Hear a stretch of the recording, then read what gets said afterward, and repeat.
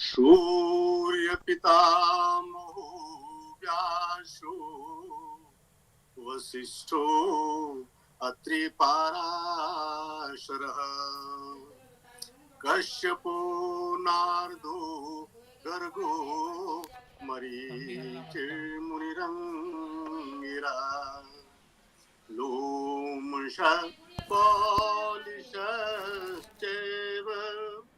च्यवनो यवनो भृगो शौनको अष्टादशश्चैते ज्योतिषशास्त्र प्रवर्तकाः ज्योतिषशास्त्र प्रवर्तकाः शिक्षा घ्राणं तु वेदस्य हस्तो कल्पोऽथ पठ्यते मुखं व्याकरणं स्मृतं निरुक्तं श्रोत्रमुच्यते छन्दो पादौ तु वेदस्य ज्योतिषामयनं चक्षु तस्मात् साङ्गम् अधीत्यैव ब्रह्म लोकमहीयते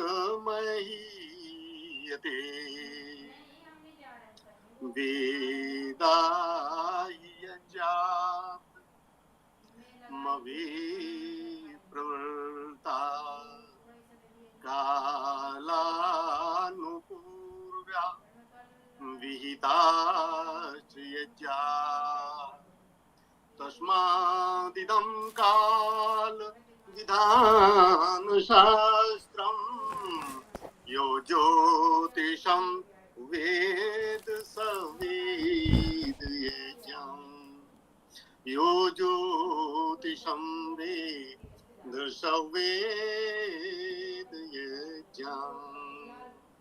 ओम। आप सभी का हार्दिक अभिनंदन। आज की इस ज्योतिष शिक्षण सभा में हम वैदिक पंचांग को देखने का ढंग, देखने का अर्थ समझेंगे। ये विषय हमने पिछले रविवार को भी लिया था। विषय पूरा नहीं हो पाया था। अस्तु थोड़ी सी बातों को पीछे से दोहराते हुए और फिर हम आज के क्रम पे आते हैं। मम्मी पूरी बनाओ। पंचांग के बारे में 5 अंगों की बात हो रही थी। यद्यपि मैंने इस नाम को एक रूढ़ नाम बताया था कि कुछ तो एक नाम देना है। सत्य बात यह है कि पंचांग के 5 ही अंग होते हो ऐसा नहीं है। पंचांग के लगभग 11 अंग होते हैं। हमने आपका ध्यान अपने पंचांग में प्रकाशित एक टिप्पणी पर भी दिलाया था, जो पंचांग शब्द के अर्थ को व्याकरणिक दृष्टि से पूरा करती है। परंतु यहाँ हम आपको बस यही से बात आगे बढ़ाना चाहेंगे कि जो 5 अंग तिथिवार, नक्षत्र, योग और करण की कही गई है, इनमें से हमारे इस पंचांग में जिसका नाम तिथि पत्रक दिया है वास्तव में, और मैंने आपको ये बताया भी था एक वक्तव्य में कि ये तिथि पत्रक शब्द मैंने ऋग्वेदादि भाष्य भूमिका से लिया। वेदोत्पत्ति विषय में महर्षि दयानंद सरस्वती जी ने तिथि पत्रक शब्द दिया, तो ये तिथि पत्रक है।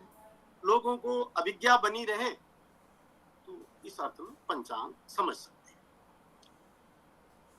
तिथि के बारे में हमने बताया था कि चंद्रमा की स्थिति से और सूर्य की स्थिति के बीच का जो अंतर है उसका 12 अंशों के विभाजन से बना हुआ जो क्रम है वो तिथि कहलाती है।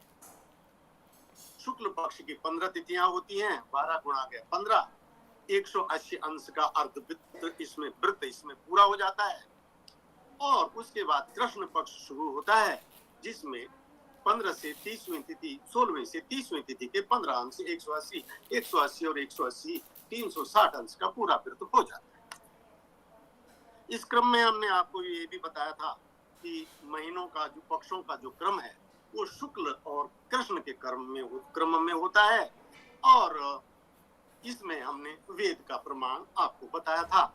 ये भी बताया था कि ऋग्वेद के प्रथम मंडल का 10वें मंडल का 85 सूक्त का 19वां मंत्र इस बारे में बहुत बड़ा प्रमाण है। और वेद के प्रमाण के बाद हमको अन्य प्रमाणों पर जाने की जरूरत भी नहीं रह जाती। लेकिन ऐसा नहीं है कि अन्य जगह भी प्रमाण नहीं है, हमने वो भी प्रमाण आपको दिए थे। आइए, पंचांग की जो दो बातें रह गई थी, एक था करण और एक था नक्षत्र, करण और योग। योग के विषय में और करण के विषय में हमने आपको बताया था, और खास करके योग के बारे में कि योग जो है वो हमने इस पंचांग में नहीं दिए। हमने विद्वानों से एक कहा भी था, कहते भी आ रहे हैं कि हमको योगों के बारे में बताइए कि इनकी गणित को आप जो ले रहे हैं वो तो सही है नहीं, फिर कैसे लेना चाहिए, जो आप ले रहे हैं वो तो गलत बता रहे हैं। कैसे गलत बता रहे हैं, इस पर थोड़ी सी चर्चा हम आपसे भी करेंगे। और चूंकि जो चीज गलत है उसको देने से कोई लाभ नहीं है। लोगों की बुद्धि में एक अनावश्यक बात को बिठाना, जब तक कि वो एक सत्य के रूप में स्वीकृत न की जाए तब तक उसका कोई औचित्य नहीं है। इस कारण से हमने योग नहीं दिए हैं। इस योग पर हम आपको गणितीय चर्चा भी करेंगे। इसके बाद रह गई नक्षत्र की बात, और नक्षत्र की बात को हम आज विस्तार से लेंगे। लेकिन उससे पहले जो पिछली बार का थोड़ा सा अंश हमने दिखाया था, ये आपका तिथि पत्रक, जो वैदिक तिथि पत्रक श्री मोहन कृति आर्ष पत्रकम जो है, ये इसका प्रथम पृष्ठ आपको हमने बताया था कि इसमें सबसे पहले सृष्टि संवत की गणना दी हुई है। 1,97,39,49,126। इसके बारे में हमने आपको ये भी बताया था कि इसकी एक गत और एक वर्तमान गणित होती है। गत काल गणना की दृष्टि से जो अहरगण गिनती है, जो दिनों की गिनती की जाती है, उसके लिए गत संवत देना आवश्यक होता है। और वर्तमान जो है वो संकल्प वाचन के लिए आवश्यक होता है, क्योंकि जो हम संकल्प वाचन करते हैं वो वर्तमान काल गणना, वर्तमान समय और वर्तमान कुल गोत्रीय स्थिति के आधार पर करते हैं। संकल्प वाचन का विषय एक पृथक पाठ में उठाया जाएगा और आप लोगों को मैं इस बारे में जो भी मेरे पास उपलब्ध है वो विस्तृत जानकारी दूंगा। तो इसको आपने तब तक, जब तक हम संकल्प आते हैं, ये प्रथम पृष्ठ पे इसका वाचन भी दे रखा है। इस भाषा को थोड़ा सा अपनी जुबान में, जिन लोगों को नहीं है, आपने बहुत सारे विद्वान ऐसे होंगे कि उनको पूरी संकल्प वाचन का अच्छा अभ्यास होगा, तो उस पर न टाते हुए, क्योंकि आप जो है जिनको नहीं अभ्यास है वो इस वाचन को, जैसे ओम तत्सत श्री ब्रह्मणो द्वितीय परार्धे श्री श्वेत वाराह कल्पे वैवस्वत मन्वंतरे अष्टाविंशतितमे कलियुगे कलि प्रथम चरणे, और तब ये गिनती आती है एको वृंदा 1 अरब 97 कोटयः 97 करोड़ 169 लक्षाणि 129 लाख 149 सहस्राणि 49,000 षड्विंशत्यधिक 126। तो इस गिनती को अभ्यास में ले लें। इसमें शक संवत दिया हुआ है। शक संवत जो है हमारा राष्ट्रीय ईयर भी है, राष्ट्रीय संवत भी है। राष्ट्रीय पंचांग में शक संवत को ही लिया गया है। भारत का जो राष्ट्रीय पंचांग है उसमें शक संवत को ही लिया गया है, और ये सौर वर्ष होता है। उसके बाद विक्रम संवत और उसके बाद ईस्वी संवत भी इसमें दिया हुआ है। और ये जो 1,97,29,49,126 की जो गिनती है, इसमें कली संवत समाहित होता है। वो अंदर जब प्रश्न 9 पर आप काल गणना देखेंगे, वो भी हमने आपको पिछली बार बताया था, तो आपको वहां पर ये कली गणना भी स्पष्ट हो जाएगी, जो कि 51,56 है। ये दिखा रहे हैं आपको, विवो की ओर से सारे प्रश्न सामने आ रहे हैं। ये बहुत अच्छी सुविधा हो गई है। तो आप इसमें देख रहे हैं कि इसमें 5126 जो है वो हमने कली संवत लिया है। इसके बाद हम आते हैं अंदर के पेज पर, और अंदर के पेज पर जो है तो पृष्ठ 73 जो है हमारा आज के पंचांग का विषय है, पृष्ठ 73। तो इसमें आप देख रहे हैं, ऊपर की बातें हमने पिछली बार भी बता दी थी, इसलिए बहुत शीघ्रता में इसे हम पढ़ेंगे और तब आगे की बातों पर आएंगे। तो यहाँ बाईं तरफ शक संवत बाहर भी दिया है। ये शक संवत कहाँ, मतलब अगर कहीं परिवर्तन हो रहा होगा तो वहाँ ये दूसरा आ जाएगा। जो भी चीज परिवर्तन हो रही होगी, जैसे दक्षिणायन है, अब जिस पृष्ठ में दक्षिणायन बदल गया होगा वहाँ उत्तरायण आ जाएगा। ऐसे ही गोल है, ऊपरी गोल और निचला गोल, उत्तरी गोल और दक्षिण गोल। तो जहाँ ये होगा वहाँ वो भी परिवर्तन हो जाएगा। उत्तर गोल, इस मास, ये वैदिक महीनों के नाम है। मैंने आपसे एक बार ये भी अनुरोध किया था कि आप जो है वैदिक मासों के नामों को अवश्य अपनी जिह्वा पर बिठा लीजिए। और ये इस पंचांग में भी हमने दिए हुए हैं, पीछे भी पूरे एक जगह दिए हैं जहां हमने संक्रांतियों का जिक्र दिया हुआ है, पेज नंबर 41। वहाँ ये सारे महीनों का मधु, माधव, शुक्र, शुचि, नभस, नभस्य, इस, ऊर्ज, सहस, सहस्य, तपस और तपस्य पेज नंबर 41 पर है। ये सारे 41 पे ये हमने मासों के नाम दिए हैं।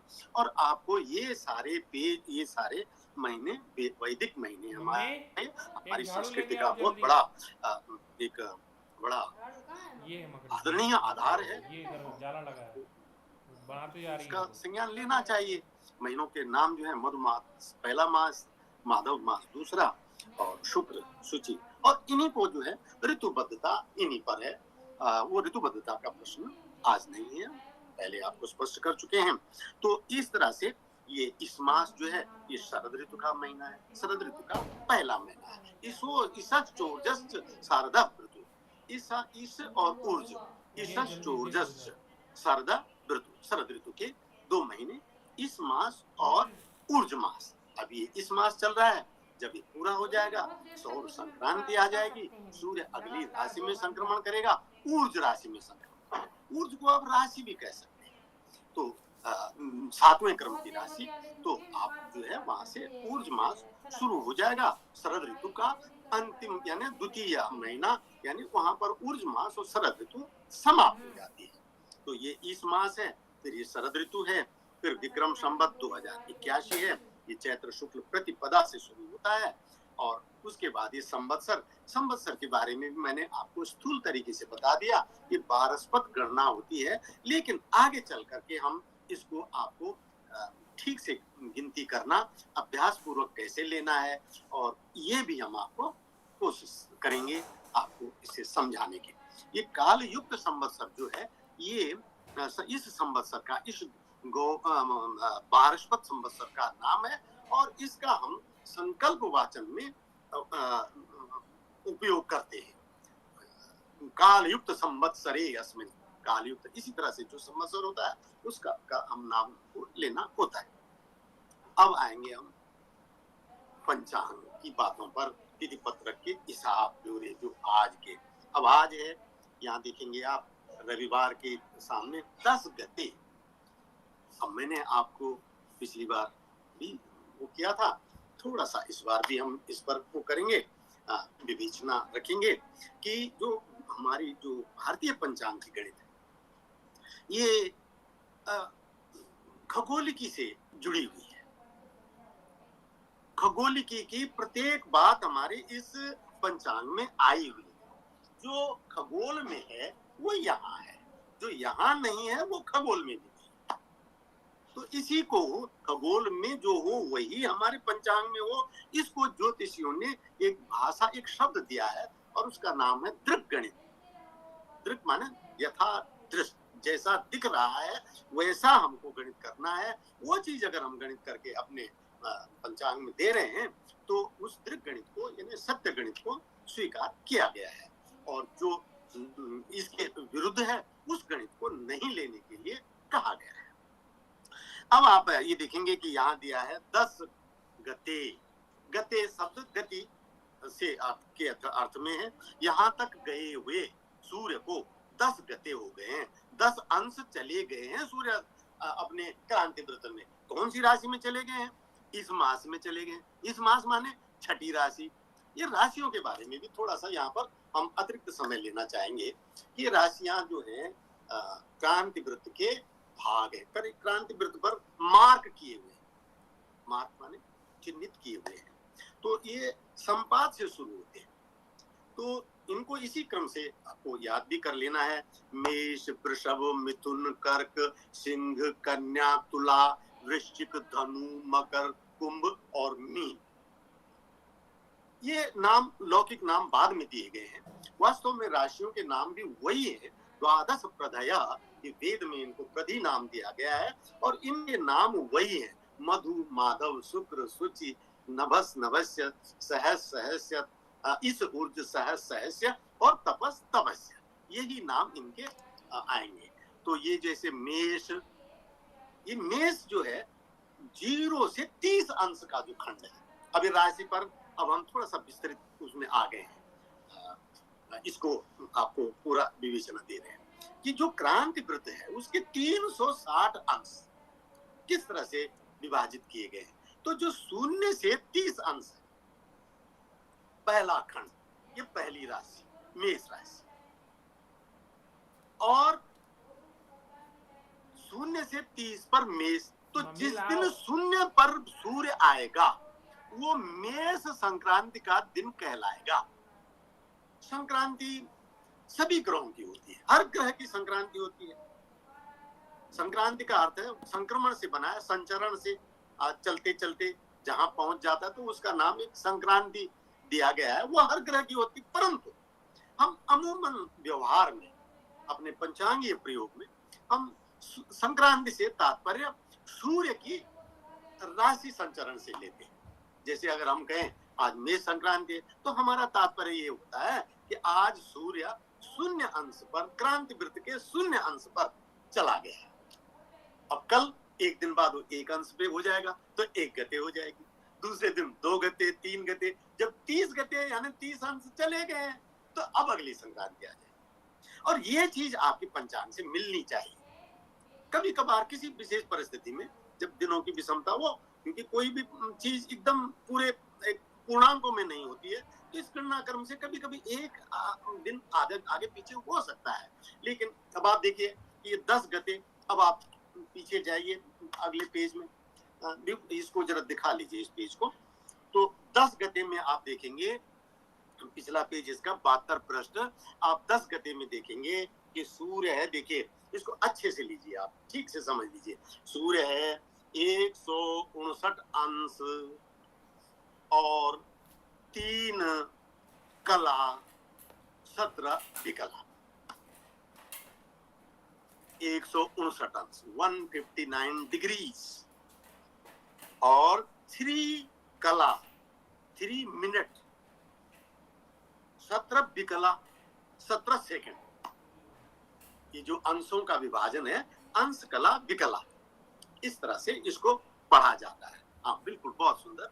3 कला और ये आ गया आपका 10 अंश में आ गया 17 विकला। इसी को अंग्रेजी में हम बोलते हैं कि 159 डिग्रीज और 3 मिनट और 17 सेकंड। ये 60-60 का विभाजन होता है इनका। यानी जिन लोगों को, जो लोग नए आए होंगे और उनको नहीं पता है, तो वो उनके संज्ञान के लिए मैं कह रहा हूँ कि 60 विकला की 1 कला, यानी 1 कला 2 कला 3 कला 3, 1 विकला 2 विकला 3 विकला 59 विकला, 60 विकला हो जाएगी तो वो 1 कला हो जाएगी, 0 विकला हो जाएगी। इसी तरह से कलाओं में भी 60 जब जाएंगे तो 60 कला, 1 कला 2 कला 3 कला 58 कला 59 कला। अब जैसे 60 कला होगी तो 1 अंश हो जाएगा। और अंश होता है, वो अंशों को जब हम राशि में बोलेंगे तो ये 30 के बाद चेंज हो जाएगी, क्योंकि 30 डिग्री की फिर राशि बदल जाती है। तो इस विषय को हम अभी ला रहे हैं आपको और भी स्पष्ट कर रहे हैं कि बहुत जरूरी है आपको। ये ज्योतिष को सीखने पढ़ने की बुनियादी बातें हैं, ये ध्यान रखिएगा आप, फाउंडेशन बातें हैं ये। तो 159 डिग्री 5 होते। अब यहां पर देखिए आप कि राशि क्या होती है। जब 30 से भाग दोगे तो राशि निकल आएगी। अब 159 अंश को अगर हम राशि में बोलेंगे तो कैसे बोलेंगे? 159 में 30 का भाग दो तो 30 पंजे 150, 30 इंटू 5 दैट्स 150। तो 150 तक की 5 राशि पूरी होती है। सिंह राशि तक बीत गए यहां तक। अब सिंह राशि के बाद कौन सी आई? मैंने बताया ना, इस मास माने छठी राशि। छठी राशि माने आश्विन का महीना, इस मास माने आश्विन का महीना। अब ये छठी राशि हो गई, तो इसको हम ऐसे भी लिख सकते हैं। अब इसको राशि में लिख दो, 159 अंश और 3 कला 17 विकला को हम राशि में लिखेंगे तो ऐसे भी लिख सकते हैं। देखो, 5 राशि 9 कला 9 अंश, 5 राशि 9 अंश, और बाद में 3 कला और 17 विकला। अब आप यहां पर जो महत्वपूर्ण बात देख रहे हैं वो देख रहे हैं कि 5 राशि जा चुकने के बाद सूर्य जो है वो छठी राशि में 9 अंश भी बीत चुका है, यानी 10वें अंश में है। और यही 10वें अंश आपका ये 10 गते है। 10 गए, 10वें 9 गए, 10वें में आज की 10 वर्तमान है।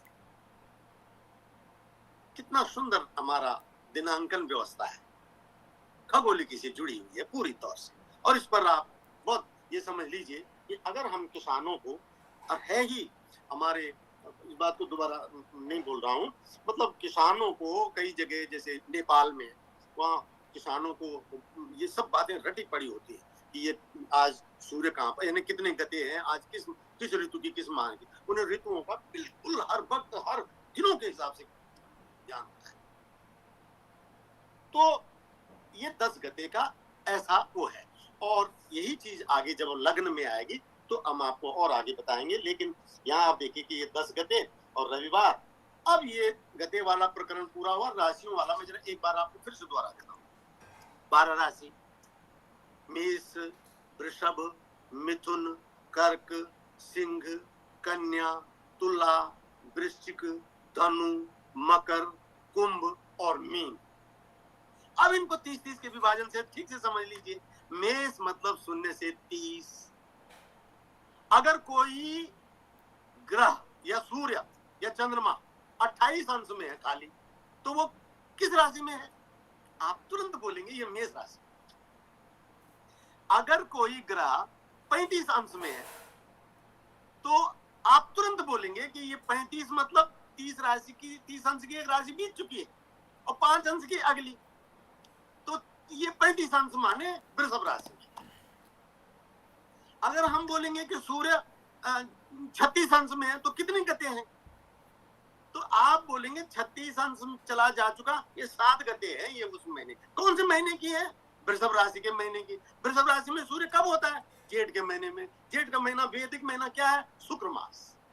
आप तुरंत बता देंगे शुक्र मास की 6 गते हैं। इसलिए मैं आपसे ये कह रहा हूं कि ये बड़ी बुनियादी बातें, और इनको समझ लेने के बाद 2 फायदे होंगे। एक तो आप में और आगे पढ़ने समझने ज्योतिष पर चलने की जो है वो इच्छा जिज्ञासा पैदा होगी, और दूसरा जो है कि आपको जब व्यक्त करने में तथ्य स्पष्ट होंगे तो आपको ये अच्छा लगेगा बहुत कि मैं तथ्यों को कितनी अच्छी तरह से समझ रहा हूँ। आगे आइए, आप देखेंगे कि 10 गते रविवार 1 सितंबर 6:03 ये सूर्योदय है। अब यहाँ पर भी मैंने पिछली बार भी बताया था कि ये दिल्ली का सूर्योदय है, और 18:38 माने 6:38। हमने ये भी बताया था पिछली बार, इसको ज्यादा नहीं बोल रहा हूँ, कि 18:38 का मतलब क्या होता है। हमने इसमें समय कैसे लिए हुए हैं। 12 बजे के बाद 13 को हमने 1 बजे को 1 नहीं लिखा है, 13 लिखा है, और अगले दिन के सूर्योदय से पहले का जितना भी समय है, उस सब को हमने उस 12 में जोड़ के व्यक्त किया हुआ है। ये इस पंचांग में हमने समय को दिया है। ऐसा इसलिए किया है ताकि आपको ये ना हो कि जो है हमारा ये दिन का 2 बजे के रात के 2 बजे है, या ये इस तरह की कोई बात ना आए, तो आपको स्पष्टीकरण बना रहे, इसके लिए हमने समय को इस हिसाब से दिया है। 18:38 ये सूर्य अस्त का समय है। एक यहाँ पर ये भी कहना कि ये जो सूर्योदय सूर्यास्त दिए हैं, ये हमने दिल्ली के लिए दिए हुए हैं, और आपको ये समय अपने स्थान के लिए कैसे लेने हैं, इसके लिए हमने एक संशोधन सारणी भी दी हुई है यहाँ, और वो संशोधन सारणी के अनुसार आपको वो संशोधन करना है। ये संशोधन कैसा करना है, ये अगले दिन का विषय होगा। इस पर एक दिन इसी पर होगा, आपको कैसे अपने यहाँ के टाइम लेने, सारी चीजें आपको क्रम पूर्वक आती रहेंगी। ये सारणी जो है ये दी हुई है, ये पृष्ठ 97-98 पर है, और इसके अनुसार आपको अपने स्थान के लेने। इस पर हमने एक बात आपको और भी बोली, और वो ये कही है कि सारे स्थानों को पंचांग में दे पाना हमारे लिए संभव नहीं है, लेकिन अगर आप अच्छी आपके रुचि बढ़ रही है और आपका स्थान इसमें नहीं है, तो आपके लिए उचित है कि आप अपने स्थान का जाने कि आपके यहाँ कब सूर्योदय हो रहा है, कब नहीं हो रहा है, क्या सूर्योदय सूर्यास्त के क्या समय है।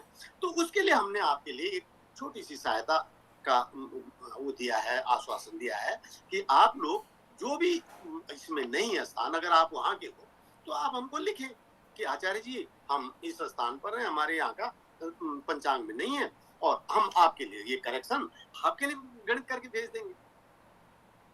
आप सबके लिए भेज देंगे, जितने लोग बोलेंगे उन सबके लिए भेज देंगे, अलग अलग सबके स्थान का भेज देंगे। बिल्कुल आश्वस्त रहें आप। आपकी रुचि, मेरा उद्देश्य ये है कि आप पंचांग के सही भाव को समझें, सही पंचांग को प्रयोग करें। वर्तमान में जो पंचांग चल रहे हैं बिल्कुल भी उपयोग के योग्य नहीं है, समझ लीजिए। बहुत कुछ बातें हैं, ये धीरे धीरे आपके समझ में आ जाएगा। वैदिक और वैदिक सिद्धांत से हटकर बने हुए वो पंचांग, वो आपका सही मार्गदर्शन नहीं कर रहे हैं।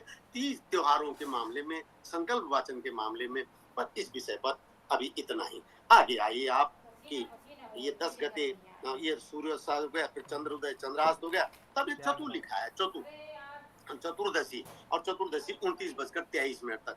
इसके लिए मैंने आपको एक बात और कही है कि हमने पंचांग में जहाँ पर पंचांग को देखने की विधि यहाँ लिख करके भी दे रखी है, तो उसमें हमने इन शब्दों को भी आपको समझा रखा है कि चतु का अर्थ क्या है, पंग का अर्थ क्या है, आ का अर्थ क्या है, म का अर्थ क्या है। शब्दों को हमने लघुअक्षरी में लिखा है, तो किस तरीके से लिखा है ये आपको देखना है। म लिखा है तो उसका अर्थ है मघा, आश लिखा है तो उसका अर्थ है आश्लेषा, पु लिखा है तो उसका अर्थ है पुनर्वसु पुष्या, और पुण्य लिखा है तो उसका अर्थ है पुनर्वसु। ये सारी चीजें आपको वहां से देखनी है। अब इसके बाद ये आश्लेषा है, देखिए आप, ये आश्लेषा जो है ये नक्षत्र दिया है। अब यहाँ पर से आज का महत्वपूर्ण विषय शुरू होता है। यहाँ तक की सारी बातें हम आपको परसों पिछले रविवार में भी दे चुके हैं, बस सिर्फ लगन की बातें नहीं लाए हैं, और एक लगन की बात को भी सरसरी निगाह से ले लें, तब उसके बाद इसी पर आ जाएंगे। अभी देखिए कि आपका लगन जो है ये 7:39 पर तुला लग्न, ये 7वां लग्न शुरू हुआ है 7:39, और आप ये देखेंगे कि 29 यानी 5:18 पर कन्या लग्न शुरू हुआ है, छठा लग्न शुरू हुआ है, और इस महीना चल रहा है यानी छठाई महीना चल रहा है, और 29:18 और 6:03 पर आपका सूर्योदय हो गया। तो देखिए 29:18 माने 5:00 और 5:18, तो 18 के बाद आप 3, ये 42 और 3:45, और ये करीबन 4:15 का एक अंश होता था, मैंने उस दिन बताया था आपको। तो 4:15 से इसमें भाग देंगे तो ये भी करीबन 10 का करीबन आता है। तो 10वीं जो गते होगी उस दिन जो सूर्योदय का लग्न होगा वो 10 अंश चल चुका होगा। ये बात अभी आप में से बहुत लोगों को ठीक से नहीं बैठ रही होगी, लेकिन ये धीरे धीरे आपको आ जाएगी कि लगन का कितना सुंदर हिसाब है। और लगन क्या होता है, इसको जस्ट एक बार में मैं करना चाहता हूँ कि आप दोहराना चाह रहा हूँ कि जैसे आप ये जो करांति वृत्त है, ये समझ लीजिए ये एक चक्राकार, एक चक्राकार कोई वृत्ताकार गोला है, और ये पृथ्वी है। तो ये क्रांति वृत्त का हिस्सा जो पृथ्वी से लगता है वो लगन कहलाता है, लगति इति लग्नम। लगता है। क्रांति वृत्त का हिस्सा जो यूं चल रहा है, ये क्रांति वृत्त है, और ये लग रहा है जो जो हिस्सा पृथ्वी के संपर्क में आता है क्रांति वृत्त का, वह लग्न होता है। तो 10 गते के दिन, जिस दिन आश्विन मास की 10 गते का होगा, उस दिन वो 10 गते वाला जो हिस्सा है वो जो है, बहुत सुंदर, ये देखो आपको ये दिखा दिया है, ये लग्न दिखा रहे हैं। इस चित्र को जरा देख लीजिएगा। और ये 12 खंड है। अभी चक्र घूमता चला जाएगा, ये ऐसे घूमता चला जाएगा, और जो जो चक्र पृथ्वी के टच में, क्षितिज पर, पृथ्वी का माने क्षितिज पर, क्षितिज हॉरिजॉन के साथ में जो आपको दिख रहा है हिस्सा, वो लग्न कहलाएगा। ये सरसरी दृष्टि से आपको अभी समझना है। ये जब लग्न की विषय आएगा, आपको विस्तार से इसको गणित करना, ये सब सारी चीजें आपको आ जाएगी। तो अब ये लग्न जो है, आपने देखा कि 10 अंश का लग्न, 10 अंश कैसे लिए लग्न ने, और वो चीज आपकी 10 गते से जुड़ गई। ये एक बहुत बड़ी, आप देखिए कि कितना सुंदर वो है। हमारे ऋषि मुनियों ने कितनी व्यवस्था से इन चीजों को देखा होगा। आज तो हम ये लिखे हुए को पढ़ रहे हैं, लेकिन जिन्होंने शुरू में ये अनुसंधान किया होगा, और ये बातें हमारे वेदों में लिखी हुई है। अच्छी बात तो ये है कि सारा जो विज्ञान है खगोलिकी का, ये वेद से मार्गदर्शन में है। दुनिया को, लोगों को अभी 300 साल पहले तक ये नहीं पता है कि पृथ्वी घूमती है, कि सूर्य घूमता है, सूर्य का ऐसा है, कि पृथ्वी कैसी है, गोल है कि चौकोर है, वो अभी इसी बात पे लगे। और हम आज आपको एक वाक्य ऐसा बोलना चाहते हैं कि जो मलमास की गणित है, ये वेद में है। और मलमास की गणित का विचार, गणित करना तो छोड़िए, बुद्धि में विचार ही तब तक नहीं आ सकता जब तक व्यक्ति पृथ्वी, चंद्रमा और सूर्य की गति और स्थितियों को न समझता हो। कौन बात करेगा हमारे ऋषि मुनियों के सामने? कितनी बड़ी बात है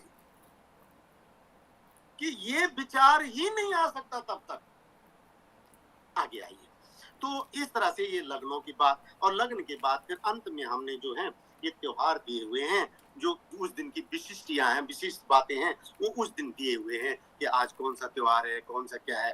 अब जैसे देखिए, इस समय आपका पितृपक्ष चल रहा है, और पितृपक्ष जो है, पितृपक्ष का आज जो है, ये आज आप ये देख लीजिए चतुर्दशी, और कल जो है अमावस्या हो जाएगी। कल महालया अमावस्या है, और पंचांगारों को महालय का आपको कहीं से सुनाई भी नहीं दे रहा होगा।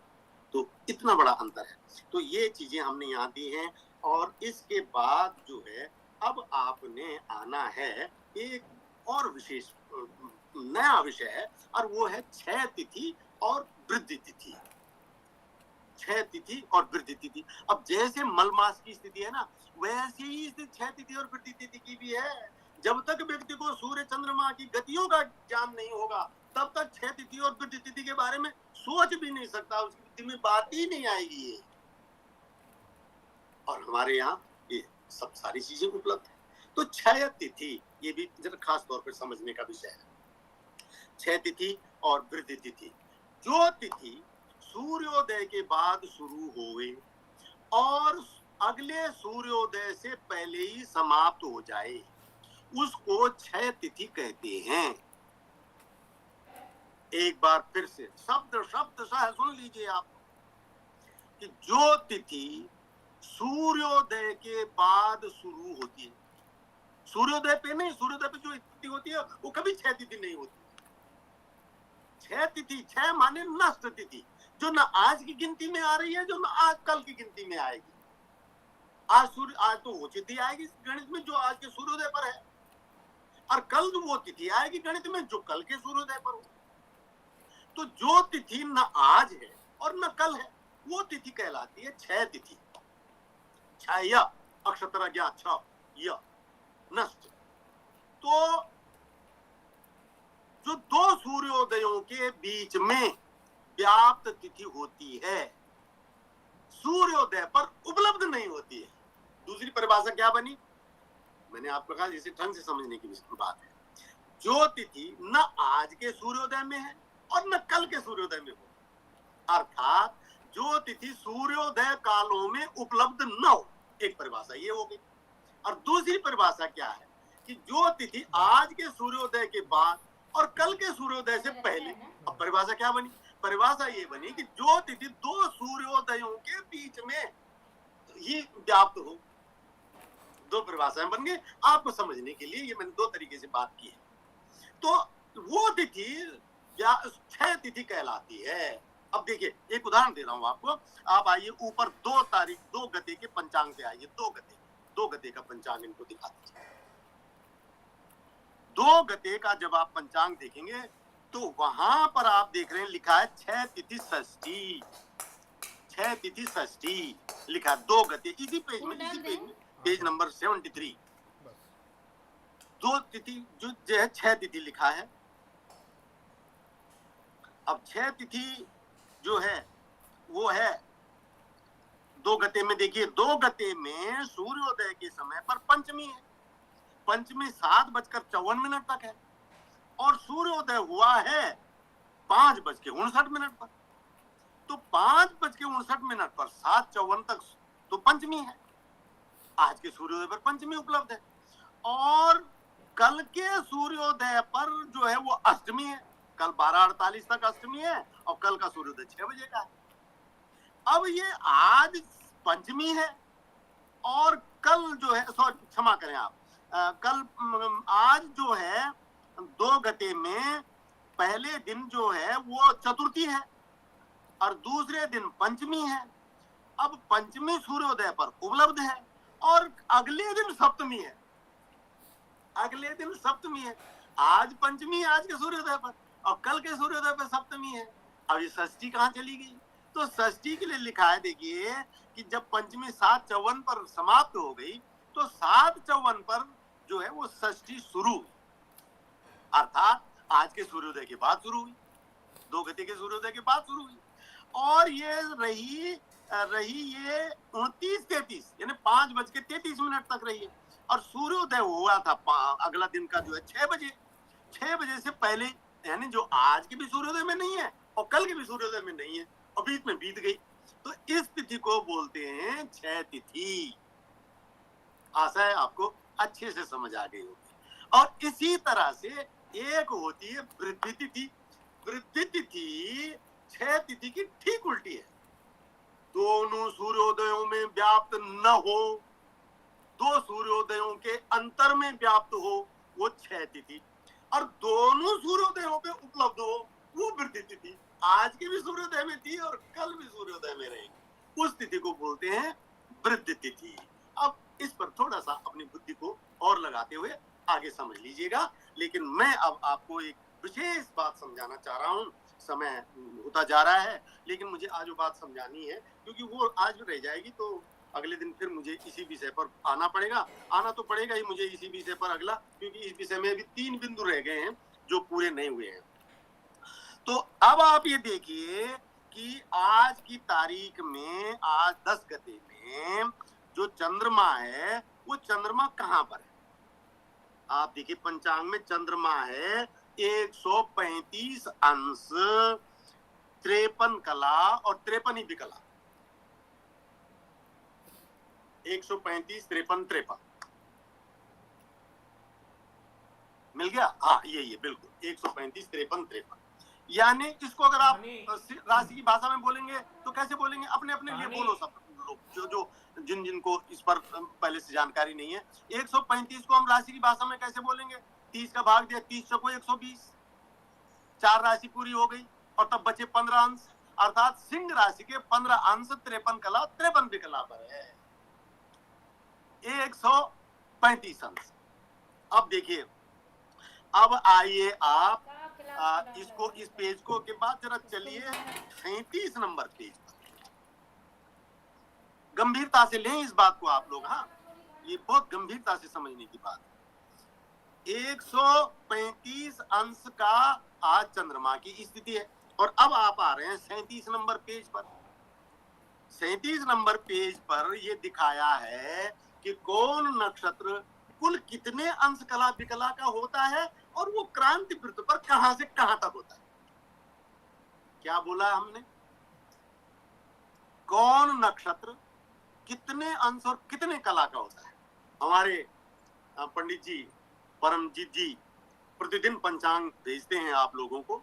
जिन जिन लोगों को दैनिक पंचांग नहीं मिलता हो और लेना चाहें तो हमारे पंडित जी से संपर्क कर लें और वो दैनिक पंचांग बहुत ही अच्छे तरीके से देते हैं, बहुत इन्हें वो मतलब जिसको बोलना चाहिए एक विद्वत तरीका, तो उसमें वो ये भी देते हैं कि कौन नक्षत्र कहाँ से कहाँ तक है और आज नक्षत्र कहाँ तक स्थिति है, सब देते हैं, पूरा विवरण देते हैं। तो आप देख रहे हैं आप कि आपका चंद्रमा था 135 अंश का, एक चंद्रमा आपका 135 अंश पर है।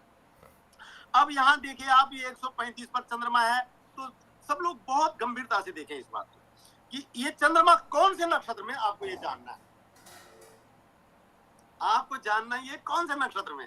तो देखिए अब 12वें नक्षत्र है आश्लेषा, और ये आश्लेषा नक्षत्र शुरू होता है 133 अंश 59 कला 7 कला पे। तो ये देखिए कि ये जो 135 पे जब चंद्रमा होगा तो ये आश्लेषा नक्षत्र में होगा और 2 अंश चला है केवल अभी। ये ज्ञान हुआ कि ये आश्लेषा नक्षत्र है और ये केवल 2 अंश चला है 133। और अब आप यहाँ आइए अपने पंचांग पे, वहीं पहले वाली स्थिति में आप 10 गते में देख रहे हैं, यहाँ क्या लिखा है, आश्लेषा। ये पेज नंबर 73 में आए, वहां पर देखा आश्लेषा लिखा है, तो इसका मतलब ये पंचांग सही स्थिति दर्शा रहा है। और इसमें जो मैं अब कट शॉर्ट कर रहा हूं क्योंकि समय हो गया वक्तव्य का, और आज भी जो है वो 2-3 बातें रह गई है। चलिए कोई बात नहीं, अगली बार उनको हम कर लेंगे।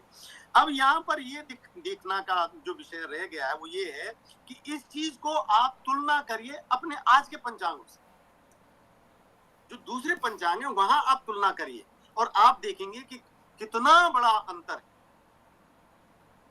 और ऐसी स्थिति में आप बहुत सारे जो है कार्य योजनाएं या कुछ भी बातें जैसे नक्षत्रों के हिसाब से रखते हैं कि भाई इस नक्षत्र में ये होना चाहिए, इस नक्षत्र में ये होना चाहिए, और आप लोगों को बता रहे हैं और पता लगा कि उस दिन वो नक्षत्र है ही नहीं। तो देखिए क्या स्थिति है हमारे पंचांगों के कारण जो बनी हुई है, वो क्या स्थिति है। अब हम आप लोगों में ये भावना चाहते हैं कि हम जो कह रहे हैं वो क्यों सही और कहां तक सही है, आपने ये भी समझना है। और ये तब तक आपके समझ में नहीं आ पाएगा जब तक आप गणितीय रूप से अपने अध्ययन को आगे बढ़ाएंगे। तो देखिए ये आश्लेषा नक्षत्र इस तरह से निकला। और कल देखिए, अब ये देखिए कल सुबह का चंद्रमा है, कल सुबह का चंद्रमा है 148 अंश 4 कला और 25 विकला। ये कल सुबह का चंद्रमा है, ये देखिए कल सुबह 148 और जो है 148 मतलब 30 चौको 120 और 48 माने 28 अंश। कल चंद्रमा सिंह राशि के 48 अंश पे होगा। अब वो 28 अंश पे होगा, तो 28 अंश सिंह राशि के 148 पे देखिए, तो यहाँ देखिए आप कि 148 अंश जो है वो कल जो है मघा नक्षत्र शुरू हुआ 150 पे। ये कल के वही पेज नंबर 37 पे कि मघा नक्षत्र शुरू हुआ वो शुरू हुआ 150 पे। मघा नक्षत्र 150 पे शुरू हो रहा है और चंद्रमा है आपका 148 पे, यानी कल सुबह भी चंद्रमा आश्लेषा नक्षत्र में ही है। अब आइए पंचांग पे, तो आप वहां देखेंगे कल सुबह 11 गते में सुबह आप देखेंगे तो वहां पर आश्लेषा ही लिखा हुआ है। तो ये थोड़ी सी बात मैंने नक्षत्र के बारे में बतानी थी और फिर बतानी थी योग के बारे में, लेकिन समय मैं समझता हूं आज इतना ही रखा जाए क्योंकि वो वीडियो